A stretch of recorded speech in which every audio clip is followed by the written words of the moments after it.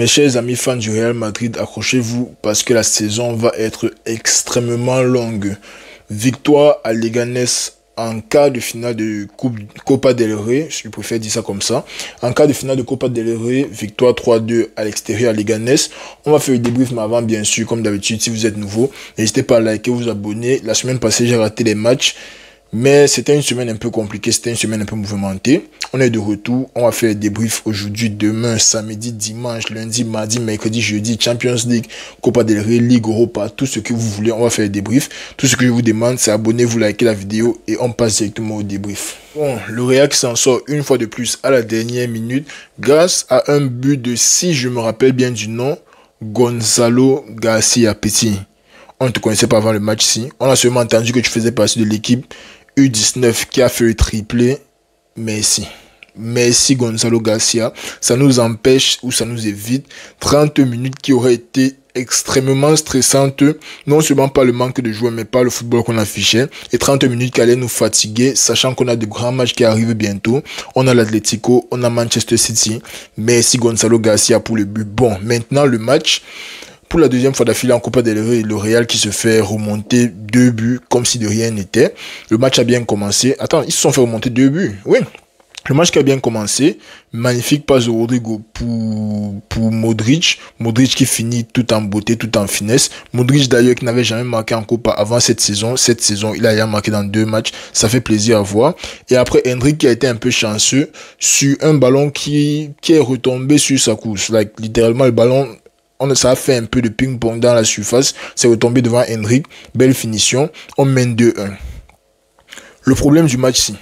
J'ai au moins 5 problèmes. Et les problèmes là, ce sont chacun des joueurs. Parce que collectivement, je ne peux même pas me plaindre. Collectivement, on a fait ce qu'on pouvait. Collectivement, tu as un Rodrigo qui joue très bien à gauche. Il combine bien avec un Brahim qui est très proche de lui. Tu as un Modric qui se projette. Tu as un Modric qui essaie d'organiser le jeu. Tu as un Tchouaméni qui sort bien les ballons. Tchouaméni vraiment, tu sens que quand il y a les gars derrière lui, il est beaucoup plus confiant. Il est beaucoup moins hésitant dans ses décisions. Tchouaméni qui joue un bon match. Le problème, c'est au niveau individuel. Le problème du match-ci, c'est au niveau individuel. Premièrement, on a un petit Jacobo. Jacobo, je ne sais pas d'où tu sors. Je ne sais pas qui t'a amené dans l'équipe. Mais pardon, rentre d'où tu viens. J'ai vu une vidéo ce matin sur un gars qui répondait aux questions de son Twitter. Les gars demandaient pourquoi le Real ne peut pas puiser dans la Castilla pour ramener les décès, étant donné que Rudiger, Alaba et Militao sont blessés. Si c'est pour nous ramener le genre de gars qui panique en Copa del Rey, il va jouer quoi contre l'Atlético? Soyons sérieux. Il va jouer quoi contre l'Atlético et il va jouer quoi contre Manchester City? Ce n'est pas bon, Jacobo. Ce n'est vraiment pas bon. Le match qui nous affiche aujourd'hui, mais c'est une disaster class. Comme je n'en ai pas vu depuis un bail, avec Jacobo, le match qui nous sort aujourd'hui, c'est pour se garantir une place sur le banc le prochain match. Ce n'est pas pour se garantir quoi que ce soit. Les 10-15 prochains matchs, le petit s'est déjà garanti sa place sur le banc parce que il a sorti what you call in English generational disaster class. Je ne me rappelle pas la dernière fois que j'ai vu un joueur du Real sortir un si mauvais match. Même Tchouaméni contre le Barça n'a pas sorti un match aussi pourri, mais je te dis que dans les relancés, le petit s'il n'était pas certain. Dans les sorties de balles, il n'était pas certain. Dans les 1v1, dans les 2v1, dans les 3v1. 3v1, ça veut dire que vous êtes à 3, l'attaquant est seul. Le petit s'il ne m'a toujours pas rassuré. Il y a une action à la fin du match, là où le joueur de Leganés prend le ballon en contre-attaque. Ramon, il glisse, il tombe. Il glisse, il tombe. Mais Jacobo, mais petit, qui t'a amené au Real? Non, il faut parfois dire les vérités, mais ce n'est pas bon. La Castilla, je ne sais pas comment les gars ont fait pour gagner un triple un jour dans leur vie, mais si c'est avec le petit, c'est en défense, ça m'inquiète. Le niveau des U19 m'inquiète dans le football. Soyons sérieux, le niveau des U19 m'inquiète, mais Ramon qui nous sort un match pourri gâté, il nous vend un penalty pour le premier but, pourtant l'Uni n'a rien fait de mal ce match-ci, il n'avait vraiment rien à faire, mais Ramon qui arrive et qui vend un penalty et ça relance le match de Leganés, un match là où on aurait pu mener 3-0, on se retrouve à mener 2-1 comme si de rien n'était. Le deuxième problème dans l'équipe, Ferland Mendy, mais Ferland Mendy doit dégager de mon club et ça, as soon as possible, dès que possible, le boy là doit pack ses affaires, il doit ranger ses affaires et nous foutre le camp Ferland Mendy. Parce que Ferland Mendy a seulement joué 1 ou 2 bonnes saisons de football avec le Real. Depuis là, c'est de la merde, mais de la plus haute qualité. Quand tu vois qu'on avait un joueur comme Théo Hernandez, quand tu vois qu'on avait un joueur comme Marcelo à gauche, et on remplace tout ça pour mettre un Ferland Mendy au stade, pendant que Théo Hernandez est en train de briller à l'AC Milan, mais ça fait tellement mal. Ça fait tellement mal d'avoir un gars comme Ferland Mendy en latéral gauche. Offensivement, il est nul. Défensivement, il est nul. Le gars monte trop dans le stade pour ne pas servir à grand chose en attaque. Quand on lui donne même le ballon en attaque, il est tellement hésitant, ça ne mène jamais à rien. Ferland Mendy, pourtant, si je me rappelle bien, les 3 ou 4 derniers matchs qu'il a joué, il a sorti 2 centres, y compris aujourd'hui, déjà un dans les 3 matchs là, et un aujourd'hui, et les 2 centres là étaient actuellement bien placés. Mais en général, tu sens qu'il ne sert pas à grand chose. En général, tu sens qu'il n'a pas un apport positif dans le club. Tu sens qu'il n'a pas un apport positif dans le stade. Et moi, ça commence sérieusement à me frustrer. Parce que Ferland Mendy, on avait l'impression que c'était le gars qui était bon défensivement et moyen offensivement. Mais plus de temps passe, tu te rends compte qu'il est moyen des deux côtés. Plus de temps passe, tu te rends compte que même jouer avec le cœur, là, c'est même pas comme s'il joue avec le cœur. C'est comme s'il arrive seulement au stade que, ok, une journée de plus de travail, je fais mes 90 minutes, je rentre chez moi, mais Ferland Mendy, c'est en dessous, mais en dessous de tous les moyens qu'on pouvait donner. Je le mets juste à côté de Jacob. D'ailleurs, ils étaient l'un côte à côte, l'un avec l'autre. Ça s'explique. L'un aussi nul que l'autre, les gars n'arrivent pas à faire quoi que ce soit d'intéressant ou de productif. Surtout Ferland Mendy, c'est Ferland Mendy qui fait encore plus mal dans cette affaire parce que c'est un joueur pour lequel on avait vraiment des espoirs quand il est arrivé au Real et il se retrouve seulement là à jouer comme du n'importe quoi, un gars sur qui on ne peut pas faire confiance. J'ai vraiment peur de comment ça va se passer contre City avec un gars comme Mendy. Honnêtement, un gars qui quand on a le ballon, il arrive sur la même ligne que le buteur, mais dès qu'on perd le ballon, il est en train de trottiner pour rentrer. Ça ne va pas nous aider contre City. Mais bon, bref. À part Ferland Mendy, prochain problème que j'ai dans ce match, Arda Güler. Bon, Arda Güler, c'est un cas particulier. On sait que le petit est bon, on sait qu'il a du talent. Je ne sais pas pourquoi on l'avait comparé à Lamine Yamal, mais clairement, il n'est pas encore au niveau là. Je ne sais pas s'il va atteindre le niveau là un jour. Mais on va voir. Mon problème avec Arda Güler, quel est son véritable poste? Quel est le véritable poste d'Arda Güler? Le petit, il allait à l'aise dans le centre du jeu. Il a l'air de bien gérer les deux côtés du stade. C'est-à-dire, quand tu lui donnes le ballon, il a un bon équilibre entre où il doit être dans le stade et comment jouer avec la latitude. Maintenant, tous les matchs, on le jette à gauche, à droite. Tous les matchs, on le jette à droite. Déjà qu'il n'est pas très rapide. Il n'est pas le genre de joueur qui va se mettre à dribbler tout le monde pour s'amuser. Arda Güler, c'est plus un orienteur de jeu, c'est-à-dire que tu lui donnes le ballon, il fait quelque chose de productif et il te remet, ou bien il donne à la prochaine personne. Arda Güler, c'est ce genre de personne. Moi, je pense que ce genre de personne est essentiel en 10, surtout quand tu joues avec les flèches comme Vinicius, Hendrick et tout ça dans le stade. Je pense que c'est important de mettre Arda Güler en 10 pour qu'il puisse gérer le match. On a vu quand il était en 10. Bon, quand il est entré dans le poste de 10 là, il a fait pas mal de bons mouvements et en plus, il est pas mal rapide. Bref, je ne comprends pas le rôle d'Arda Güler dans le stade, mais aujourd'hui, ce n'était pas un bon match. Aujourd'hui, ce n'était clairement pas un bon match. On ne peut même pas essayer de commencer à discuter sur le match d'Arda Güler. Et le dernier problème, Hendrick. Hendrick a marqué un but dans le match. Si 25e minute, Hendrick a marqué. Il n'a rien foutu tout le match. Hendrick, c'est le genre de joueur, tu lui donnes le ballon quand c'est compliqué. Il veut tout faire pour tirer. Quand c'est compliqué, Hendrick veut tout faire pour tirer. Quand c'est facile, il a peur de tirer. Mais qu'est-ce qui se passe, Hendrick? Donc c'est la folie de marquer seulement les buts hors de la surface qu'il a pris. On ne sait pas, on ne peut pas savoir. Parce que quand il a le ballon dans les situations favorables, on dirait, il n'a pas envie de tirer.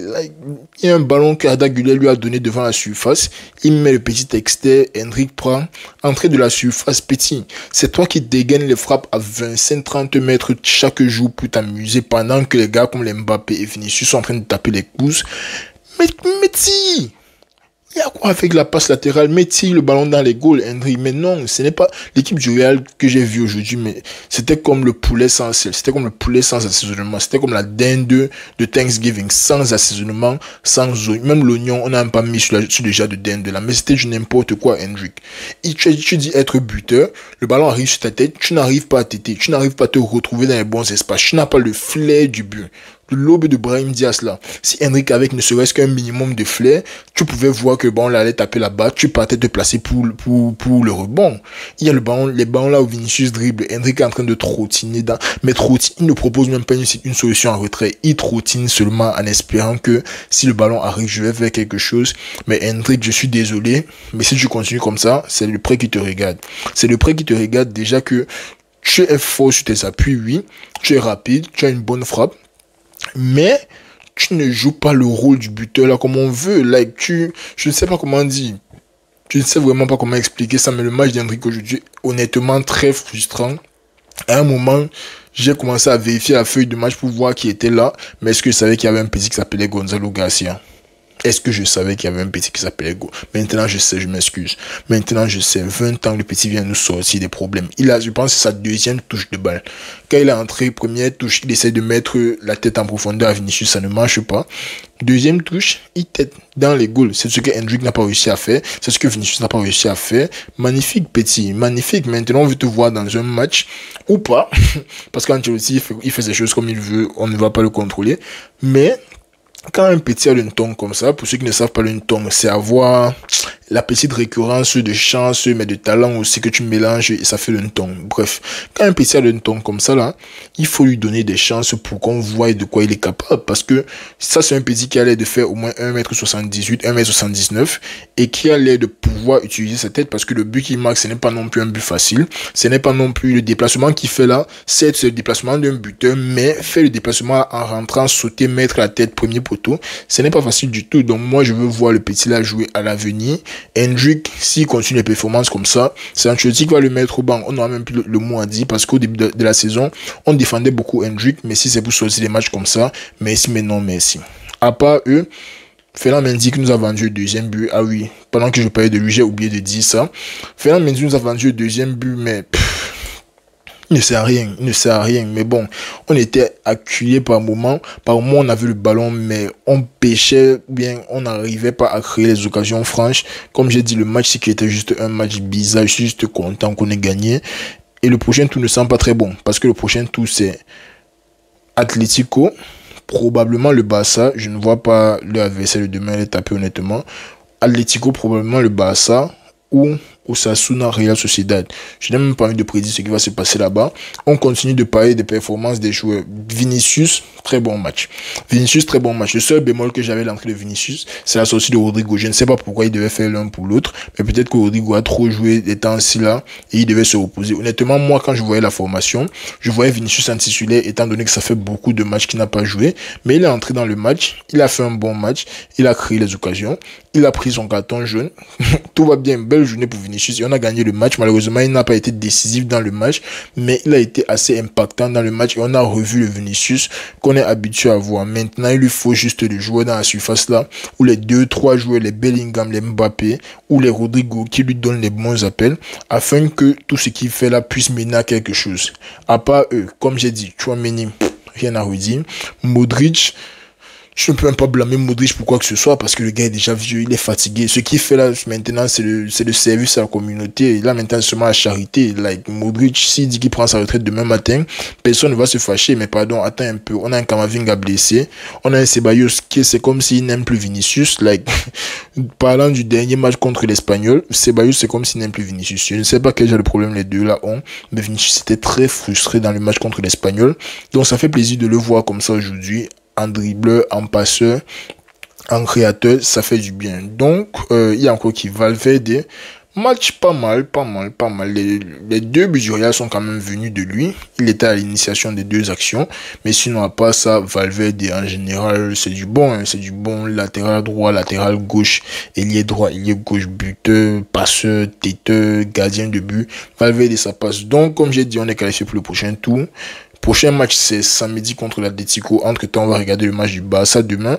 Et ouais, on espère seulement ne pas tomber. Bon, moi j'espère même qu'il y aura une double confrontation au Classico. Comme ça, s'ils nous tapent, qu'ils nous tapent bien et qu'on comprenne qu'on a vendu notre saison. Parce que honnêtement, la saison-ci là, moi je n'attends plus rien de ça. Moi je n'attends plus rien de la saison-ci. Mais on verra bien. On est premier en Liga. On a les huitièmes de finale contre City. On a les matchs, enfin, la demi-finale encore à jouer. On va voir comment ça se passe. Et puis, il y a la Coupe du Monde des clubs qui commence à la fin de la saison. On va voir comment tout ça se passe, les amis. Si vous avez aimé la vidéo, ou bien si vous avez quelque chose à dire par rapport à Hendrick surtout, Ferland Mendy, Jacobo, on peut les laisser, il est encore jeune, mais Ferland Mendy, Hendrick, qui en avait beaucoup d'attentes. Bref, si vous avez quelque chose à dire, dites-le moi en commentaire. Pour les nouveaux, n'hésitez pas à liker, vous abonner et faites ce que vous avez à faire. Là, on se reprend demain pour le débrief du Barça. Prenez soin de vous et on est ensemble.